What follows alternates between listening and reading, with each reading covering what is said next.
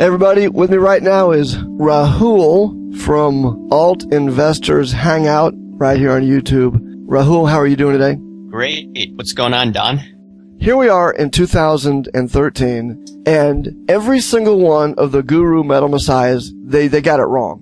Now, we're not going to name any names here. Oh, you can if you want to. But how in the world did these guys that got it so wrong have their audiences grow and their support become more now than it was then? How'd that happen? How did it be that the guys that got it right are getting almost no views, and the guys that got it wrong are making money and laughing all the way to the bank with worthless fiat, while the calls they got hammered people? Just philosophically, what do you think happened here? Well, you have to remember that the people who are calling for higher gold prices are hardcore Ron Paul and Peter Schiff fans. I'm a Ron Paul supporter and Peter Schiff fan. In my videos, I always try to make the point, first of all, that number one, do your due diligence. Here's where I think it's going to go. I'm not going to make any guarantees. I know some people make guarantees, but why are people attracted to that in an unbiased manner? Why I think people are attracted to that? Because people are attracted to the Ron Paul / Peter Schiff message, which is, number one, limited government, going back on some sort of gold standard, and the list goes on and on and on. You know that. And the common theme that I'm seeing from these videos is that the gold price and silver price is rigged, and a lot of these channels and sites cover them. And I do believe all markets are rigged, but like you, I believe that they're manipulated to the upside and to the downside. So I think the number one reason why a lot of these channels, even though they have gotten the message wrong in the short term, but they continue to get more people, is because of confirmation bias. And that's why they subscribe in large numbers to those channels than to, let's say, your channel, where you've actually been right. And that's why I actually bring you on. I get hammered all the time for bringing you on, but I bring you on just to get a different perspective. Right. Well, I mean, you said something, by the way, that I think is very telling. It's the story that is the underpinning of the story. In other words, if people say, well, I want precious metals, I want a lot of them, it's all about the ounces, etc. If you show them a way to get more of that, it seems illogical that they would ignore the things that would help them get more. But your point is that really that's not what they're trying to do. Honestly, they're attracted to a deeper emotional story, and that's an attachment to Peter Schiff and Ron Paul, etc., who are painting a broader story. That it's, like on any given day, it doesn't matter what the price is, and so buy at any price doesn't matter. And people are silver and gold then are just the ticket to ride the bus, which is the Ron Paul Peter Schiff bus. Or even larger than that, the quote hard money bus. And even larger than that, the Tea Party libertarian kind of thing. Is that what you're saying? Yeah, that's what I'm trying to get at. I mean, if you look at it, I mean, some people may find a way to escape from their issues, and some people may just go on to YouTube to just watch gold and silver. I'm not joking about it. And then wait, back up. When you say some people may find a way to escape from their issues, I think I know what you mean by that. Could you explain that comment? Well, a lot of people, they have issues in their life. Everyone has issues to deal with and stress. I see. Okay, you're saying there in the real world, your life might suck ass. You go on YouTube and you get a little cathartic. You enjoy watching people who say what's on your mind, and you just kind of veg out. Yeah, I mean, your life doesn't necessarily have to suck, but everyone has to deal with some sort of stress, and some way of escape is going on to YouTube, hearing what your guys are talking about, and it's just a good way to, number one, see confirmation bias, as I said. I mean, like, some people, especially females, they want to find an escape out just by buying clothes. There's nothing. By the way, your Q rating with the women just nosedived. You just found a way. They usually tend to be a lot older than me, so okay. I really don't care. Okay. Looking at the demographics, but what you're telling me here is something which it's both. I think you're probably right, but I think it's also a little depressing. That, in other words, you could come out and you could give people the greatest advice or the information ever, but if you're not tying it to a story, that story being the real thing they want, then they'll discount your other information and they'll credit someone else. You could say that. I mean, earlier on, I think a lot of this information coming out of this truther movement, whether people agree with everything or not, I think a lot of it was sincere, but then you got into sensationalism, especially with some of these channels. And some people believe what they're talking about, but I believe there must be some individuals that clearly don't believe what they're talking about, not naming any names. Well, I won't name names, but I'll give you some scenarios. 5 ounces of silver buys you a house. Gold going to quadrillions of an ounce. And one recently, and another one, silver should be valued right now at $900 an ounce. So, Bitcoin's going to $1 million. I mean, these are all pretty fantastic tales, and I think that you can't compete with that. I don't know. In the storytelling realm, I don't know how you can compete with that. Do you? Yeah, there's no way to compete against some of these stories. And when you try to make some sense, I mean, I did some videos about the silver shortage. I don't know if you remember 5-6 months ago. Yeah, we both were doing that and getting not much love. Right. I mean, you did it like day after day. I did a few videos on it, and you should have just seen the comments. They were just grilling me left and right. I mean, I've never seen comments about me to that extent. I mean, there may be some other guys making comments about me all the time, but these are like the Ron Paul, Peter Schiff guys, and I do agree with those guys. But they were just coming at me left and right. Some of the sites that used to carry my work don't carry my work anymore because I speak my mind. But let me address something else here, because this is actually more fundamentally important to me. On an intellectual level, there is absolutely no doubt about the fact that whether you look at gold or silver or some other currency model, what we've got right now does kind of bite, the bankers doing what they've done for the last 100 years hasn't worked out. So aside from where there are differences of opinion philosophically, where do you see some of the answers that could turn this ship around? I mean, is there any common ground that you see with some of the... I make no bones about the fact that I have nothing in common with Silver Retailer, okay? And by Silver Retailer, I mean the storyteller who will say anything to get you to buy. I mean, I got nothing for that guy. But there are people who are genuinely looking for a way to, protect their finances. Where do you see the role of precious metals in that?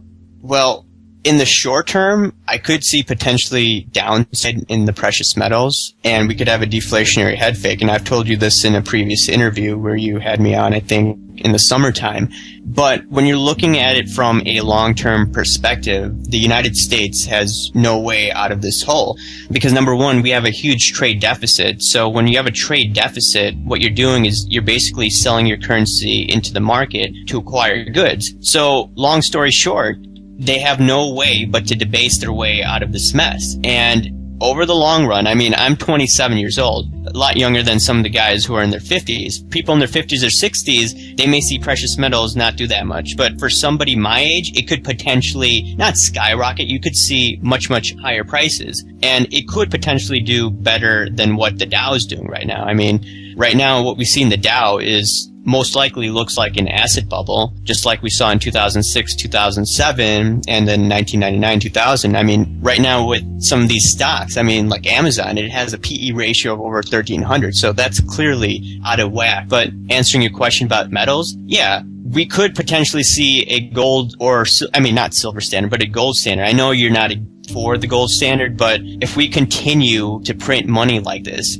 eventually the bankers, like you've stated before, they're going to lend this money out. And once the money's going to be lent out, that's when you're going to see the nasty inflation. And I hope I don't see it, but most likely in our lifetimes, we're going to see nasty inflation, and then metals are going to pick back up. With respect to the inflation coming down the road, I think that when the bankers begin to lend that money out, I mean, right now, the pump is being primed in a way that's never been seen ever. I mean, think about what they're doing. The Federal Reserve taking the toxic assets off of the books of the banks. 85 billion, 85 billion, 85 billion. Now, if you go back in time, TARP was supposed to have already done that. See, TARP was supposed to have been a way to pay down all those toxic assets and clear that stuff off. Well, they never did. Now, that means there's approximately $1 trillion of unbalanced money out there that the Fed is now sopping up. Now, you take that allows the banks to have all this cash sitting in their coffers digitally. But they also have actual hard cash now. I think $2 trillion of liquid cash. That money eventually is going to be lent back out. And when it is, I don't think we've ever seen the kind of inflation we're going to see. I think across the board it's going to be a complete freak show.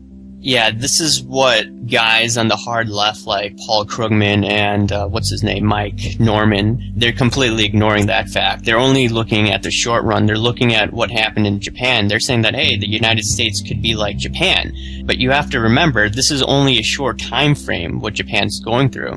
And the United States is a more dynamic economy than Japan. That's right. That's right. And you got the Japanese example people give, or the Zimbabwe example. So you have the Krugmans in Japan, and you've got the Schiffs in Zimbabwe. They're wrong. Both sides are wrong, because this economy is different on so many levels than Zimbabwe or Japan. I don't think anybody really knows what's going to happen here, because I don't think there's a model. And you can't say, the Weimar Germany example either.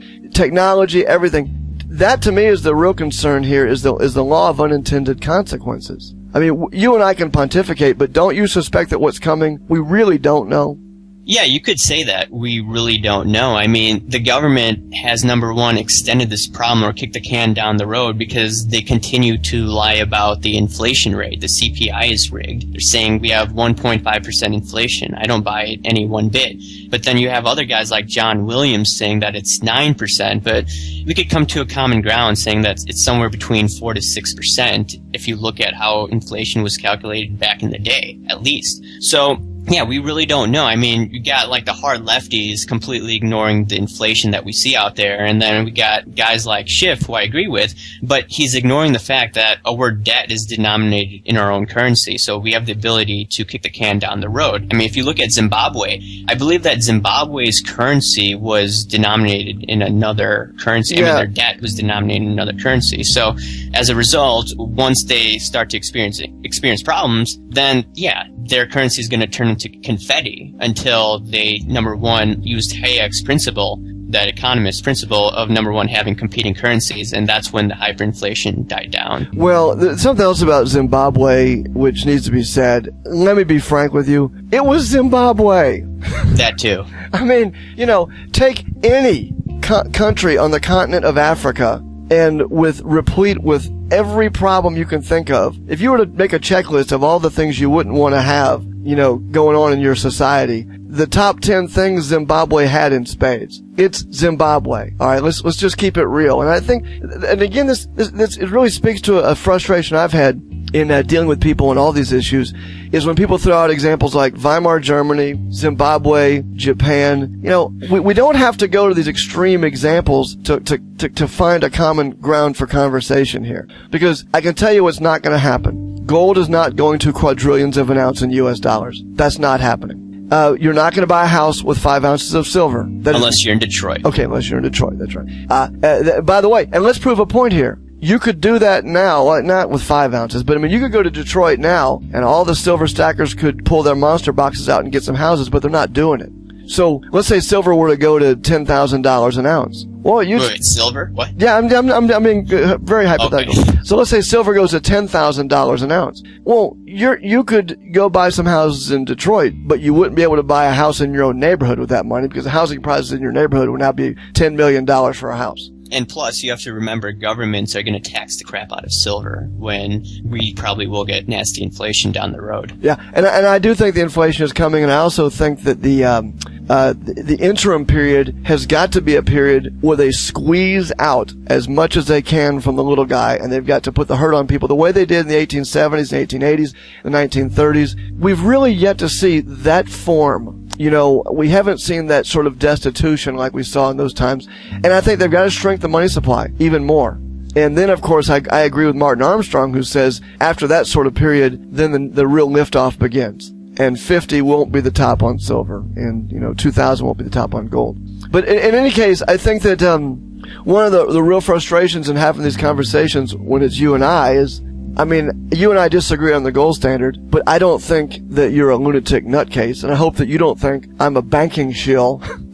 COINTELPRO, because I'm not for the gold standard. So now, taking the opposite side of the shill comment, where do you think you're going to want to start loading the boat? Let me say this, I haven't seen any fear at all. I sense no fear, no angst from the keep on stacking it crowd. Now, what I notice is there's not as much zane as there used to be. But we haven't seen that panic or fear. where do you think the panic and fear begins, if it does, or do you think that's just not going to happen? Well, like I told you off air, you have to look at the fact that there's a huge change when it comes to the comments. I see a lot of negative comments, not negative comments, but I see a lot of people who have turned ship. Some of these channels that used to be pro gold and silver, they've totally turned into fiat bugs. And you have to also look at the fact that some of these other channels... I gotta wait. I have to hold you to that because I haven't seen that. Can you name a channel? Now, I know that Greg Manarino is now loving the equities market. But outside of that, where have you seen someone... I haven't seen that. Yeah, there's this one 21-year-old that has turned ship. I'm not going to mention his name. I'll tell you off air. Okay, that's fine. Well, he's like around that age. I mean, you're seeing a sense of change in the comments of these guys, and then you're starting to see all these channels prop up, and they tend to be like the Dow, and they tend to be against the gold and silver markets. And then some of these channels are like stalking some of these individuals, and that's number one, creepy. And secondly, when you start to see some of those comments, and compared to what it was around 2 to 3 years ago, when you saw all these guys on YouTube harassing people who were against gold and silver, it seems like the sentiment has slowly changed. And what I've stated in some of the videos is what I'm doing is I'm slowly but steadily getting back into trading the AGQ, the silver ETF, one of the silver ETFs out there, based on, number one, the sense in the community, number one, having negative comments. But yeah, by the way, I want to, on the AGQ thing, just hold your thought for a moment. You know, the most earth-shattering change I've seen on that front is, I remember Greg Manarino doing videos, you know, in the last year, that you never wanted to touch that worthless, filthy, terrible paper. And in my last interview, he said, oh no, no, absolutely. He loves the SLV ETF AGQ stuff. Yeah, he trades it all the time. He trades like the SLV and the, I think, short position, I think. Right. So that's a real cosmic shift in that mindset. So anyway, your point about trading AGQ and SLV is what now? What I'm saying is, like 2011, 2010, I used to trade that frequently. I felt comfortable at that time. But then there's a point where, okay, this is getting a little crazy trading this. So I stopped trading this for a few years. But now I'm starting to get back in because you're starting to see some individuals who are out at around $35 an ounce. They're slowly but steadily starting to stack. So, yeah, I mean, loading the boat, what I will do is when you start to see a lot of these guys on YouTube, they tend to be Keynesian in nature, Mike Norman fans, Krugman fans. Once you start to see a lot of them, I'm going to start to load the boat. I mean, once they continue to call me a scam artist or some of these other guys scam artists, I swear, there are some crazy people out there calling me a paid shill. I mean, this video is no longer out there. Right. But this guy's just never mind about that. So what the point that you're making is that if I can read into this, you're saying you're not looking for the sentiment from the stackers to change. You're saying when the rhetoric from the haters increases, that's when you'll get back in. Yeah, exactly. I mean, I even started to buy some silver. I think I bought only 10 ounces this past year. Maybe some junk silver as well earlier this year, but only 10, Silver Eagles this year. But you know what? Listen, you say only 10 ounces, but that can get you 2 houses, so... You're on your way to building the neighborhood. In Detroit, man. Right. Well, you know, your comment about the rhetoric is one that's interesting. If you go back and listen to some things that I said, like in January of this year, I said if silver prices ever got below 25, you'd see the rumblings begin. I said if you got down below 20, you'd see the fisticuffs come out. And if you got near my target of 17.5, there'd be lawsuits and people jumping ship and all that. I was wrong. I was completely wrong. I misjudged the fact that the confirmation bias is so desperate and so deep that we may, and what I now believe is we're probably not ever going to see Silver Stacker throw in the towel. In other words, there's this unique individual who really will, when they say they'll hold till zero, they're not shitting, man. They'll hold till zero. So you can't look at that person as the barometer. They're not going to change. Even if they lose everything they've got, they'll keep, all the way to the end. But where I think the real metric is ironically in the ETFs. And you see no capitulation volume in the ETFs right now. SLV has historically low volume now. And if you go back, in fact, let me blow your mind with a statistic here. If you go back to the highs in 2011 on SLV, do you know what the volume, just take a guess, the weekly average volume was on SLV at the highs? Just a shot in the dark. I I think you told me it must have been 1 billion shares, right? Okay, there was a period, a week before, the week of, and like the week after the highs, where the volume for 3 weeks was 3 billion shares. I mean, that is truly unbelievable. In fact, the month of the all-time high, the month of the all-time high was 1.5 billion. The next month, 2.3 billion. The month before, 724 million. There's another one. Then the month of August of 11 was 1 billion. 750 million in September of 2011. Now, if you go to the most recent month, this is crazy now. The most recent completed month, 195 million. That's a 90%, we'll call it 80% on average haircut in volume. That's enormous. Now, here's what that tells me. The fear has not come in yet, and we can't be at the bottom unless we get capitulation volume. You've got to balance that somehow, the yin and the yang. I'm not kidding about this. And so that concerns me that we don't see the rats jumping off the ship yet. Yeah, that's an interesting point. I mean, you've made that point to me a few times when I've spoken to you about it. And where do I see this, let's say, freak out moment by some of these individuals is, number one, you could have tax loss selling. Yes, good point. At the end of the year. That's right, good point. Go ahead, yeah. And then secondly, what I've said in a previous interview with you is we could have potentially a deflationary head fake where you see the credit all of a sudden starting to decline. You're seeing the money supply potentially decreasing. You could have bail-ins in our economy like we saw in Greece earlier, or not Greece, but it must have been Cyprus this year. So if you're looking at that, you could see silver go down. I've stated some enormously low levels, and people thought that I was a nut.